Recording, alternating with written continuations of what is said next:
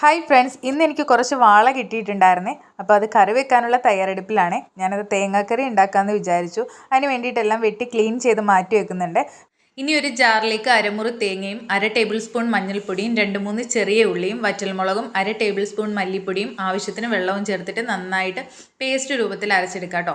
വറ്റൽമുളകിന് പകരം നിങ്ങൾക്ക് മുളക് പൊടി ആഡ് ചെയ്യാവേ. എന്നിട്ട് നമുക്ക് ചാറിന് ആവശ്യമായിട്ടുള്ള വെള്ളം ഒഴിച്ചു കൊടുക്കാം. കുറുകിയ കൺസിസ്റ്റൻസിയിലാണെങ്കിൽ അധികം വെള്ളം ആഡ് ചെയ്യണ്ട കേട്ടോ. എന്നിട്ട് ആവശ്യത്തിന് ഉപ്പും ഞാൻ നേരത്തെ വെള്ളത്തിലിട്ട് വെച്ചിരുന്ന കുടംപുളിയും ഒരു 2-3 പച്ചമുളകും കറിവേപ്പിലയും ചേർത്തിട്ട് നന്നായിട്ട് ഇളക്കിയിട്ട് നമുക്ക് അടുപ്പിൽ വെക്കാം കേട്ടോ. ഒരു തിള വരുമ്പോഴത്തേക്ക് മീൻ അതിനകത്തേക്ക് ആഡ് ചെയ്യാം. മീൻ ആഡ് ചെയ്ത് കഴിഞ്ഞിട്ട് നമ്മൾ അധികം ഇളക്കരുത്, പെട്ടെന്ന് തന്നെ പൊടിഞ്ഞു പോകും ഈ വാളമീൻ ആയതുകൊണ്ട്. എന്നിട്ട് ഇതെല്ലാം നന്നായിട്ട് യോജിപ്പിച്ച ശേഷം നമുക്ക് മൂടി വെച്ചിട്ട് ലോ ഫ്ലെയിമിൽ ഒരു 10 മിനിറ്റ് വേവിക്കാം.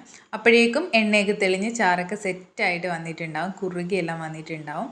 അതിനകത്തേക്ക് നമുക്ക് കറിവേപ്പില ഇട്ട് വാങ്ങാം കേട്ടോ. ഞാനിവിടെ കടുക് വറുത്ത് ഒഴിക്കുന്നില്ല, നിങ്ങൾക്ക് അങ്ങനെ വേണമെങ്കിൽ അങ്ങനെയും കൂടി ചെയ്യാം കേട്ടോ. ഇതാ കണ്ടില്ലേ, കറിയെല്ലാം സെറ്റായിട്ട് വന്നിട്ടുണ്ട്. ചൂട് മാറി ഒരു അരമണിക്കൂർ കഴിഞ്ഞിട്ട് നമുക്ക് സെർവ് ചെയ്യാം കേട്ടോ. അപ്പോൾ വീഡിയോ ഇഷ്ടപ്പെട്ട ലൈക്ക് സപ്പോർട്ടും ചെയ്യണേ.